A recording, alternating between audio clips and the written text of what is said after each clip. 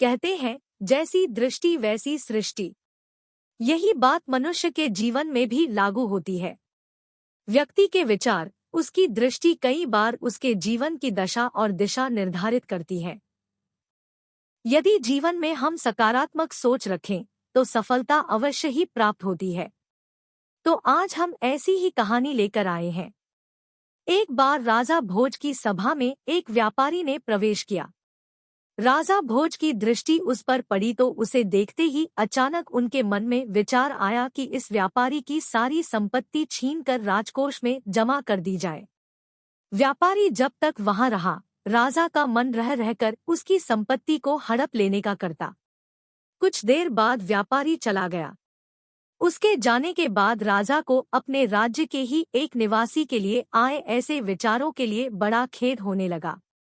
राजा ने सोचा कि मैं तो प्रजा के साथ न्यायप्रिय रहता हूँ, आज मेरे मन में ऐसा बुरा विचार क्यों आया?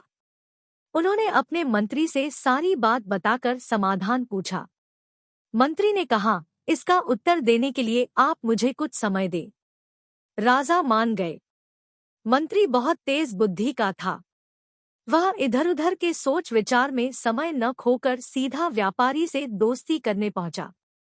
व्यापारी से दोस्ती करने के बाद उसने पूछा, मित्र तुम चिंतित क्यों हो?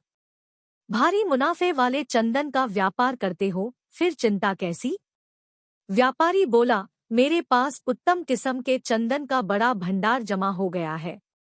चंदन से भरी गाड़ियां लेकर अनेक शहरों के चक्कर लगाए पर नहीं बिक रहा है। बहुत धन फंसा पड़ा है। अब नुकसान से बचने का कोई उपाय नहीं है।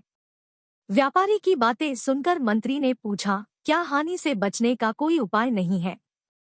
व्यापारी हंसकर कहने लगा, अगर राजा की मृत्यु हो जाए तो उनके दाह संस्कार के लिए सारा चंदन बिक सकता है। अब तो यही अंतिम मार्ग दिखता है। व्यापारी की इस बात से मंत्री को राजा के उस प्रश्न का उत्तर मिल चुका था जो उन्होंने व्यापारी के बारे में पूछा था। मंत्री ने कहा, तुम आज से प्रतिदिन राजा का भोजन पकाने के लिए 40 किलो चंदन राजरसोई भेज दिया करो। पैसे उसी समय मिल जाएंगे। व्यापारी यह सुनकर बड़ा खुश हुआ। प्रतिदिन और नकद चंदन बिक्री से तो उसकी समस्या ही दूर हो जाने वाली थी। वह मन ही मन राजा की लंबी आयु की कामना करने लगा ताकि राजा की रसोई के लिए चंदन लंबे समय तक बेचता रहे। एक दिन राजा अपनी सभा में बैठे थे। वह व्यापारी दोबारा राजा के दर्शनों को वहां आया।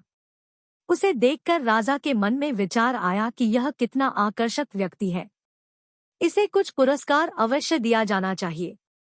राजा ने मंत्री से कहा, यह व्यापारी जब पहली बार आया था तो उस दिन मेरे मन में कुछ बुरे विचार आए थे और मैंने तुमसे प्रश्न किया था। आज इसे देखकर मेरे मन के विचार बदल गए। इसे दूसरी बार देखकर मेरे मन में इतना परिवर्तन कैसे हो गया? मंत्री ने उत्तर देते हुए कहा, महाराज, मैं आपके दोनों ही प्रश्नों का उत्तर आज दे रहा हूँ। यह जब पहली बार आया था तब यह आपकी मृत्यु की कामना रखता था। अब यह आपके लंबे जीवन की कामना करता रहता है। इसलिए आपके मन में इसके प्रति दो तरह की भावनाओं ने जन्म लिया है।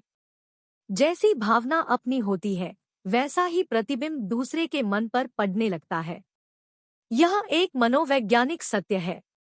हम किसी व्यक्ति का मूल्यांकन कर रहे होते हैं तो उसके मन में उपजते भावों का उस मूल्यांकन पर गहरा प्रभाव पड़ता है। इसलिए जब भी किसी से मिले तो एक सकारात्मक सोच के साथ ही मिले, ताकि आपके शरीर से सकारात्मक ऊर्जा निकले और वह व्यक्ति उस सकारात्मक ऊर्जा से प्रभावित होकर आसानी से आपके पक्ष में विचार करने के लिए प्रेरित हो सके। क्योंकि जैसी दृष्टि होगी वैसी सृष्टि होगी। धन्यवाद।